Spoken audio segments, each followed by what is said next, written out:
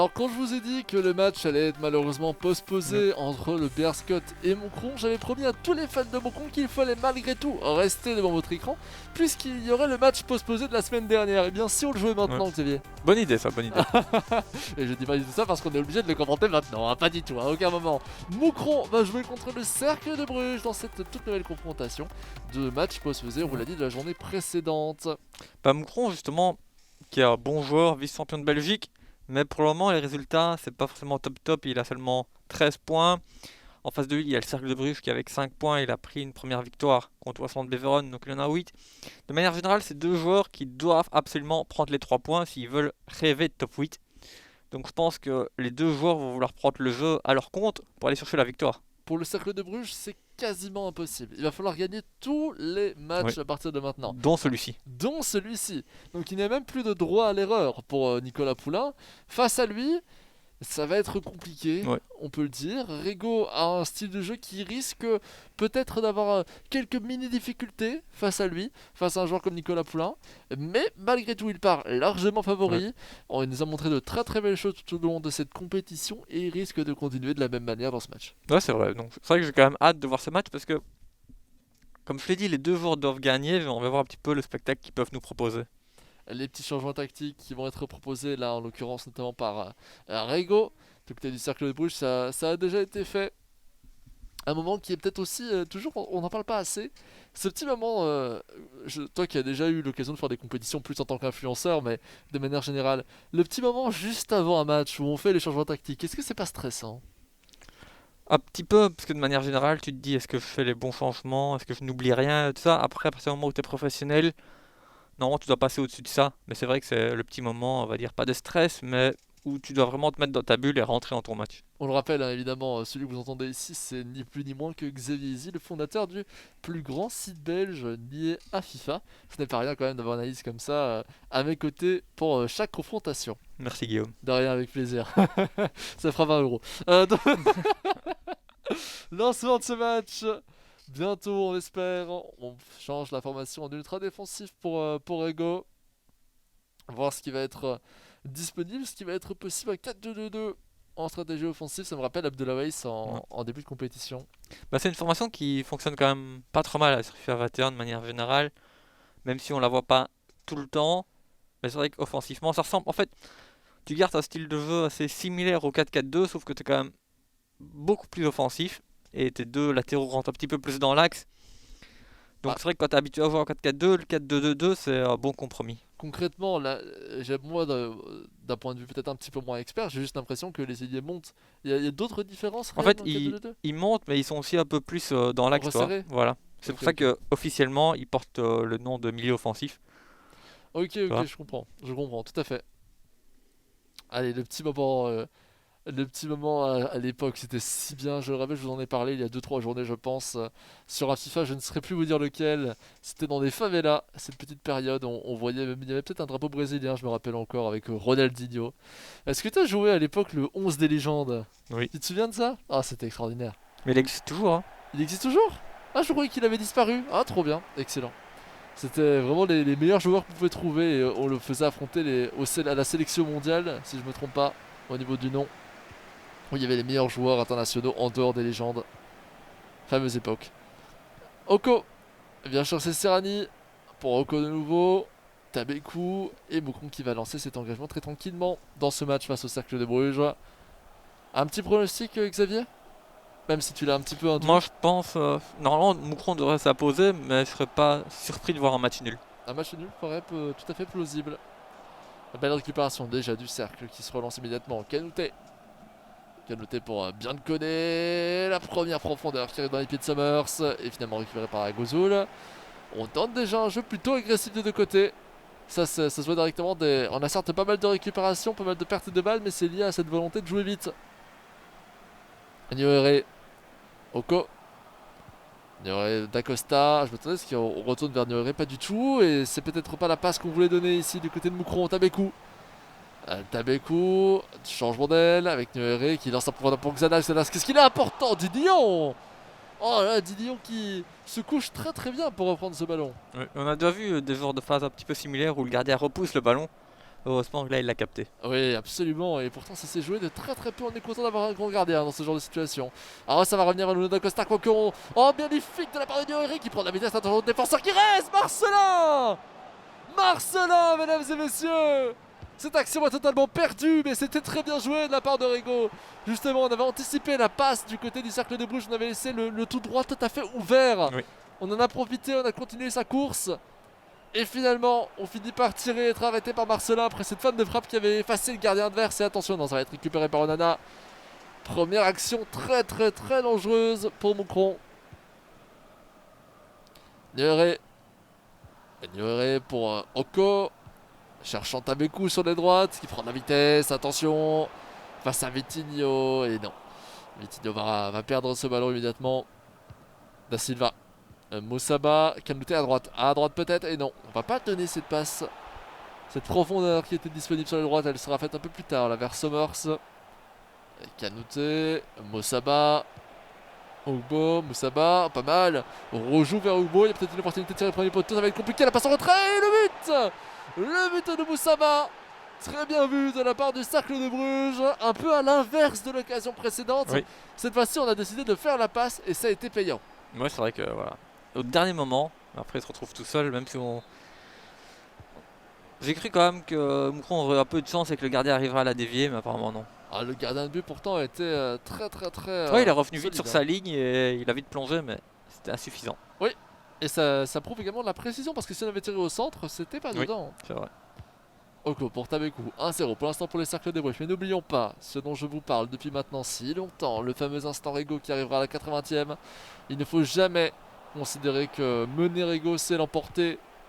Il faut attendre la toute dernière minute de jeu pour en être totalement certain. Bien le connaît, Somers, Ugbo, vers Manout. Et on change vers Vitinho, de nouveau vers Manout. On joue rapidement ici, beaucoup plus rapidement que dans la partie précédente, hein, du côté du cercle même. C'est peut-être également lié au pressing de Rego qui est beaucoup plus rapide. Hein, c'est vrai. face à l'inverse, un joueur comme Beveren, comme celui de Beveren. Moussaba, attention à Moussaba. Quel arrêt. Très belle claquette d'Hervé Kofi. Est-ce qu'on va la jouer rapidement à la rémoise? Là, visiblement, oui, c'est fait avec Da Silva. En retrait vers Kanouté. Kanouté vers Somers. Ah, c'est peut-être pas la meilleure idée qu'on ait eue là de revenir en retrait parce que ça bloque un petit peu l'offensive. Du moment qu'on garde le ballon, ce n'est peut-être pas si mal du côté du cercle de Bruges. Somers. La défense de Moucron est très très agressive et ça va peut-être coûter un but supplémentaire. Et oui, Ugbo 2-0. Le retour de Nicolas Poulain en pleine forme cette fois-ci. Ce joli tir croisé, Rego qui n'arrive pas à concrétiser sur ce pressing. Est-ce qu'il va remonter? Enfin, s'il va chercher les 3 points aujourd'hui, puisque le match est encore très long, est-ce qu'il va réussir à remonter petit à petit tout le classement? En tout cas, pour le moment, il enchaîne les bonnes performances. Ah, je vous l'ai dit, hein, ça n'a pas changé, il faut qu'il gagne tous ses matchs. Si le cercle de Bruges gagne toutes ses confrontations, et encore que ça va dépendre de ses adversaires, mais s'il arrive à le faire, il est encore susceptible de terminer dans le top 8. Mais ça va être très compliqué, pour ne pas dire pratiquement impossible. Oui. Oko. Ignoré. Oh, attention, oh, Vanout. C'est dommage, il y avait un tacle très intéressant là, offensivement même, hein, c'est ça qui est d'autant plus intéressant. Et finalement, ça n'aura pas été concrétisé. On est quand même sorti en touche. Xadas, Mohamed, Onana, Mohamed. Mohamed toujours, en retrait vers Xadas. Xadas qui aura fait mal depuis si longtemps dans cette compétition et qui là semble un peu oublié. En tout cas, on ne voit pas beaucoup. Somers, la profondeur de Somers vers Ugbo. Attention, et Kurinen va reprendre ce ballon. On sent un Rio qui reste fidèle à son idée d'entrée de jeu. On garde un jeu très agressif. Ouais. On empêche la construction du joueur adverse. C'est vrai que ce qui est assez drôle dans ce match, c'est qu'au final, le cercle, il n'a pas la possession, alors que d'habitude, il l'a souvent. Mais ici, il gagne. Ouais, alors que d'habitude, il a la possession, mais il a du mal à l'emporter. Il joue vite, alors que d'habitude, il ne le fait pas. Mais ici, il gagne 2-0. Mais je pense qu'encore une fois, c'est lié. Je pense que c'est le type de joueur qui adore les adversaires agressifs. Donc c'est peut-être pour ça. Et c'est peut-être également pour ça qu'il avait fait une belle performance face à Charleroi en entrée de jeu. C'est vrai. En début de compétition. C'est parce que Charleroi a ce même côté assez. Avec un pressing plutôt haut. Une envie d'aller de l'avant. Qui a pu profiter d'une certaine manière au jeu du cercle. On rappelle qu'il avait fini par encaisser un dernier but sur un corner assez gag, hein. Sinon c'était match nul entre ces deux équipes. Et Charleroi, on l'a vu, hein, notamment au match précédent, était un adversaire très très coriace. Donc ça aurait été un point assez important pour lui. Oko. Et ça aurait changé pas mal de choses, hein, parce que Oui. si Charleroi avait qu'un seul point, eh ben, il n'aurait pas été aussi bien classé qu'il ne l'est actuellement. Royao. Transversal pour aller chercher bien de Koné, mais non, sans succès, hein. Cette balle qui sort en touche. Avec Zadas. Onana. Oko. Tabekou. Tabekou toujours. La virgule de Tabekou. On va longer le... Oh, c'est magnifique. C'est vraiment très très beau. Oh, dommage qu'on ne parvienne pas à trouver le bon joueur ici. C'est le dernier geste à chaque fois qui pose problème. Ouais, c'est vrai. C'est qu'au final, l'idée était bonne. C'est juste que, bah, un petit peu un manque de réussite, des petits détails par-ci par-là qui font que malheureusement dans ce match il est mené 2-0. Alors qu'il fait pas forcément un mauvais match. C'est Il fait pas un moins bon que match, d'habitude, mais hein. il fait pas un mauvais match. Oui, je comprends ce que tu veux dire. C'est très neutre comme point de vue, mais pour moi, la domination du cercle de Bruges paraît méritée, en tout cas. Tu vois, parce qu'au final, il y a cette action aussi où il fait ce qu'il doit faire. C'est juste que bah, le ballon, il arrive un petit peu en retrait par rapport à son joueur. Début de match, à un moment, il y a sauvetage hallucinant du défenseur du cercle de Bruges, alors que ça aurait pu être 1-0 pour Moucron. Justement, quand il ouvre l'espace et qu'il va tout droit, et que t'as Marcelin qui revient et il sauve le ballon sur la ligne, on sait pas comment. T'as la passe en retrait C'est où vrai t'as ça. Didion qui intervient quand même, mais pour le même prix, il peut la relâcher également. Toi. Donc au final, Moucron a eu les occasions. C'est juste que le cercle a été plus réaliste. Ça devrait être 2-1 pour moi. Voilà. C'est Au un moins. match où je vois également une légère domination du cercle de Bruges, mais peut-être pas au point d'avoir fait le break et d'être à un avantage aussi important. Je comprends ce que tu veux dire du coup. Et puis, la première occasion de Moucron a été faite avant que le score soit ouvert par le cercle. Et ça aurait pu changer tout le match. Ça aurait pu changer tout le match. Là, largement, il aurait pu jouer beaucoup plus défensif. Moi, ça va. En tout cas, dans les faits, 2-0 pour le cercle. Et ce n'est pas non plus un score volé pour autant, Non. puisqu'il a réussi à concrétiser sur ses occasions franches pour l'instant. Van Out. Moussaba. Moussaba pour Ugbo. Kanouté. Van Out. Et Vitinho sur l'aile gauche. Oh, pas mal cette passe pour aller chercher Ugbo de nouveau. Et non. C'était quand même beaucoup d'idées ici. Une passe très puissante qui avait passé une bonne ligne. Et non, c'est malheureusement ce genre de passe n'aboutira pas. Quelques petits déchets. Si est lié évidemment à la volonté de jouer très très vite du côté de Moucron et de profiter des contre-attaques. Pour l'instant, des contre-attaques qui ne sont pas du tout laissées par son adversaire, hein. Da Silva. Van Out. Et Onana qui va récupérer ce ballon. Le petit râteau, le double râteau et intercepteur à Vitinho. Par contre, défensivement, ici on va commettre une petite faute. Serrani, la profondeur de Serrani pour Tabekou. Tabekou toujours, Tabekou qui est coursé par Lopez. Évidemment, on aère un petit peu le jeu. Farage. Farage face à Kanouté, encore une fois, et ça joue bien pour revenir en retrait vers Onana. Da Costa, c'est pas mal. Oh, Tabekou. Le Tabekou qui finit par rater ce tir croisé, ou en tout cas ne pas le rendre assez précis. Et dans l'autre sens, on rate cette tête. Oui, à force de rater des occasions comme ça, c'est pour ça aussi qu'il se retrouve mené 2-0. Oui, malheureusement pour lui. Bien le connaît. Summers. Oh, ça commence à jouer très agressif. Et là, ça peut faire du mal. Là, ça peut faire mal du côté de Moucron. On sait que c'est des occasions qu'il apprécie. Et malheureusement, bah, on défend bien aussi, hein. Royao, il faut y penser. Oui. Aller vérifier cette profondeur. Être bien placé. Donc pour l'instant, c'est quand même un match étonnamment serré dans cette seconde mi-temps. Et un Moucron qui est de plus en plus séduisant, de plus en plus proche de marquer un petit but. Ce serait bien qu'il marque quand même, parce qu'il le mérite. Il le mérite, hein, dans ce match. Kanouté. Ogbo, on revient vers Kanouté, Van Out, Mossaba, Lopez, Van Out. Et la profondeur, je m'attendais à ce qu'elle passe. Je la voyais très puissante entre les deux défenseurs. Évidemment, Aguzo a réussi à la récupérer. C'est bien vu. Oko. Oko pour Onana, Farage. On pousse ce ballon, le râteau il est important. Très bien vu de la part de Rigo. Anthony, Rocchetti, Da Costa, Onana. Rocco. Oh, pas mal. Rien du tout. Ça ouvre l'espace pour Rocco. Éventuellement revenir dans l'axe. Mais on n'arrivera pas à la donner. Quoique pour Nuno da Costa maintenant. Tabekou et le but. Le but de Tabekou. Ah, ça devait arriver. Ce qui devait arriver arriva. Ouais, parce que les occasions, il les a eues. C'est juste que Chaque fois, il les a ratés, le ballon voulait pas rentrer, mais au final, au bout d'un moment, ça doit quand même finir au fond des filets. Très belle intelligence de jeu, encore une fois, avec beaucoup de joueurs dans le rectangle, le gardien, deux défenseurs.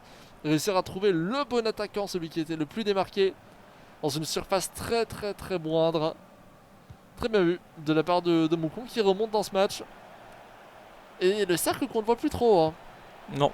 Évidemment, ah non, j'allais dire la malédiction des commentateurs. C'est vrai qu'en deuxième période, on l'a pas vraiment vu. Hein. Non, non, mais plus du tout. Plus une seule vraie occasion. C'est un peu comme si on avait échangé les rôles dans cette seconde mi-temps. Oui. À l'exception qu'il y avait une grosse occasion du côté de Moucron dans la première. Peut-être qu'il y en aura-t-il encore une deuxième pour cette fois-ci le cercle de Bruges. Attention à Tabekou, le centre tendu. Oh, ça revient dans le pied d'en bas, oui. Didion qui vient sauver son équipe. Ah, ça par contre, je ne m'attendais pas à ce que ça revienne dans un pied moucronois. Moussaba, Da Silva. Oh, Moussaba qui est parti. Et c'est l'occasion. Directement, le contre-coup peut-être. Moussaba. Et la passe en retrait qui intercepte Mercurinel. On avait vu au premier but qu'il en était capable. Et quand on voit le nombre d'occasions ratées du côté de Moucron, on a de quoi s'en vouloir. On a de quoi s'en vouloir, effectivement, Xavier. Da Silva. Tu penses qu'il va réussir à remonter? J'aimerais bien, vu ses efforts dans ce match, ça serait bien. Malheureusement, j'ai l'impression que non. C'est le genre de match où tu rates et au final tu t'en veux parce que t'as pas le résultat voulu. Le résultat attendu. Voilà. On sait qu'une défaite ici de Moucron mettrait extrêmement à mal ses possibilités pour le top 8, bien qu'il lui il ait un match de retard, donc encore une petite sécurité. Mais même un match nul ne l'arrange pas forcément. Non, hein, pas du tout. Donc c'est vraiment très compliqué pour lui là actuellement. Moussaba, Van Out, surtout que le ballon il est brugeois. Moussaba, Somers. Pour Kanouté. De nouveau vers Somers. Pour un qui aurait pu être donné, mais difficilement. On revient vers Kanouté. Somers, Ugbo. Et ça joue très très vite et très très bien. Regardez le nombre de joueurs de Moucron et quand même cette faculté qu'il avait à garder le ballon dans les petits espaces. Finalement, une position d'enjeu aura raison de cette construction et de cette possession. Oui, on va arriver dans les 10 dernières minutes de ce match. Donc habituellement, le match où... Enfin, Rego. voilà. Le moment où Rego aime bien faire la différence. Donc pourquoi pas aujourd'hui. Pour ceux qui viennent de commencer à nous suivre dans cette Proximity Pro League, petit moment historique.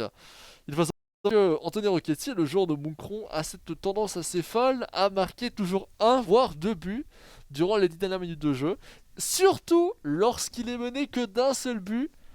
Ou alors de deux, en tout cas lorsqu'il est mené. Lorsqu'il est lui-même en train de gagner, ce n'est pas spécialement nécessaire. Il ne marque pas spécialement durant ces 10 dernières minutes de jeu. Mais lorsqu'il est mené, il a comme un instinct de survie qui lui permet de marquer un voire deux buts en un laps de temps pourtant très très très court. Je pense que honnêtement c'est lié au changement tactique qu'il propose à chaque fois à ce moment. Il devrait peut-être essayer de jouer cette tactique durant tout le match. Mais je pense que c'est aussi lié à un certain pressing et que ces joueurs seraient épuisés. Ouais, mais tu pourrais par exemple commencer genre les 20 premières minutes comme ça. Ouais, éventuellement pour. Et puis après, si t'as pas réussi à faire la différence, ben, tu repasses à une tactique plus classique. Mais c'est possible, tout à fait. En tout cas, est-ce qu'on est préparé à cette éventualité du côté de Nicolas Poulain? Il semblerait qu'on reste sur une formation équilibrée. Oui. On reste sur le 4-4-2 de base. Comment est-ce que ce match va se terminer? Nous rentrons dans les 10 dernières minutes de jeu dans 3, 2, 1, 0. C'est bon. 10 dernières minutes de jeu, l'instant Rego qui est officiellement ouvert. Et c'est Onana qui lance Kuriden. Agouzoul. Serrani.